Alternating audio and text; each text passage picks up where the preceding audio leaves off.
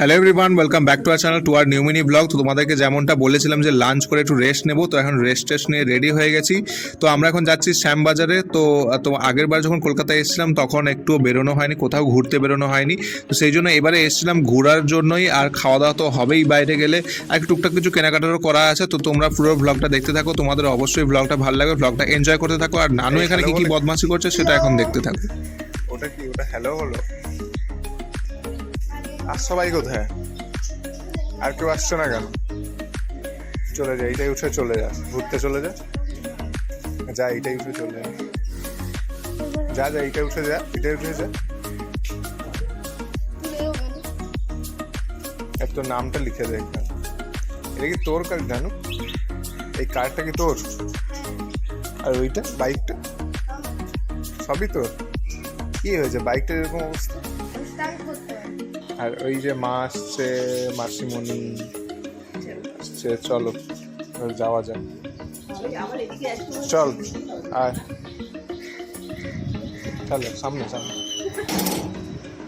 ওদিকে ওদিকে ওদিকে বাইরে। তো আমরা তো সবাই বেরিয়ে পড়লাম, তোমরা দেখতে পেলে। তো আমাদের সঙ্গে যাচ্ছে মা, মাসিমণি, দিদা। তো সেই জন্য দিদাকে দেখানো হয়নি, তো সবাই মিলিয়ে আমরা যাচ্ছিলাম শ্যামবাজারে ঘুরতে। তো মাসিমণিদের ফ্ল্যাটটা যেহেতু বাগবাজারে বেশ খুব সুন্দর সুন্দর পুরনো ঐতিহ্যবাহী বেশ বাড়িগুলো আছে। মাসিমণিদের এই গলি থেকে যখন বেরোনো হয় তখন বেশ ভালোই লাগে দেখতে। সেই জন্য সেইগুলো দেখতে দেখতেই শ্যামবাজারে এসে পৌঁছেও গেলাম। এসে একটা জুয়েলারি শপে দাঁড়িয়েছিলাম। তো মা এখানে ফোন দেখে দেখে সিলেক্ট করছিল কোন জুয়েলারিটা নেবে। তো সেই জন্য আমিও দেখছিলাম, কারণ আমরা এসেছিলাম একটা বিয়ের শপিং করতে, বিয়ের কেনাকাটা করতেই আমরা এইবারে কলকাতায় এসেছিলাম। তো সেই জন্য তারপর হঠাৎ করে নানু একটা ডালের বড়া, এটাকে কী ডালের বড়া বলে আমি ঠিক জানি না, বাট একটা ডালের বড়া নিয়ে এলো। পাশেই দোকানটা ছিল, আমি দেখেছিলাম। তো বেশ আমি একটা টেস্ট করলাম, বেশ ভালোই লেগেছে। অ্যান্ড তারপর এখানে এখনো পর্যন্ত জুয়েলারি মানে সিলেক্ট করা চলছে, কোনটা ভালো লাগে কোনটা মানে ভালো লাগছে না এরকম করে। তারপর তো দাম দর এসব আছেই। তো কলকাতা শপিং করলে যেটা হয় সেটা সবাই জানে। অ্যান্ড তারপর আমরা মানে হাঁটা শুরু করলাম। আমাদের জুয়েলারি শপে যা কেনাকাটা করা ছিল সেগুলো কমপ্লিট হয়ে গেছে। তো এবারে আমরা আবার মানে শ্যামবাজারে ঘুরছি, দেখছি কোন দোকানে কি কি আছে বা আরও মায়ের কি কি নেওয়ার আছে, মা সেইগুলোই দেখছে। তো বেশ ভালোই লাগছে, আর তোমাদেরকেও দেখাচ্ছি পুরো মানে ঘুরতে।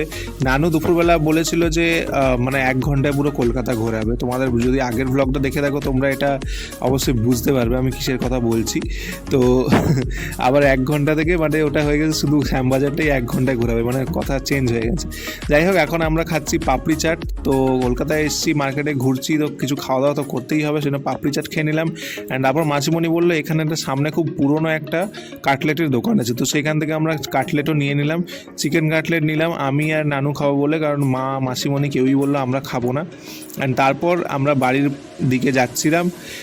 যেতে যেতে আমাদের হঠাৎ করে একটা পুরনো একটা মিষ্টি দোকান চোখে পড়লো, যেখানে শুধুমাত্র জিলিপি, সরভাজা, অমৃতি এগুলো পাওয়া যেত। তো সেখান থেকে পাওয়া যেত বলছি। তো সেখান থেকে মা বললো একটা জিলিপি টেস্ট করো, কারণ মা তো হচ্ছে জিলিপির পোকা, মা জিলিপি খেতে খুব ভালোবাসে। তো সেই জন্য জিলিপি মা এটা টেস্ট করলো। আর আমরা ওখান থেকে সরভাজা নয় জিবে গজা নিলাম, বেশ ভালোই লাগছিল খেতে। অ্যান্ড তারপর এই যে আমরা এখন মাসিমণিদের গলিতে আবার ঢুকে পড়েছি, আবার হাঁটছি এখান থেকে, হাতে এই যে প্যাকেট সব নিয়ে হাঁটছি। আর এই যে নানুকে দেখতে পাচ্ছ, মার হাত ধরে হাঁটছে, মানে ও কখনো দিদা, কখনো মা, কখনো মাসিমণি, এরকম অল্টারনেট করে পুরো রাস্তায় হেঁটে হেঁটে এলো। যাই হোক, এখন এই যে সবাই মিলে এখন পৌঁছেও গেলাম ওপরে। অ্যান্ড এই যে নানু আমাকে এখন লাগাচ্ছে, আমাকে ঠেলছিল আমাকে, তো সেই জন্য ওকেও আমি একটু ঠেলে দিয়েছি ঢোকার সময়।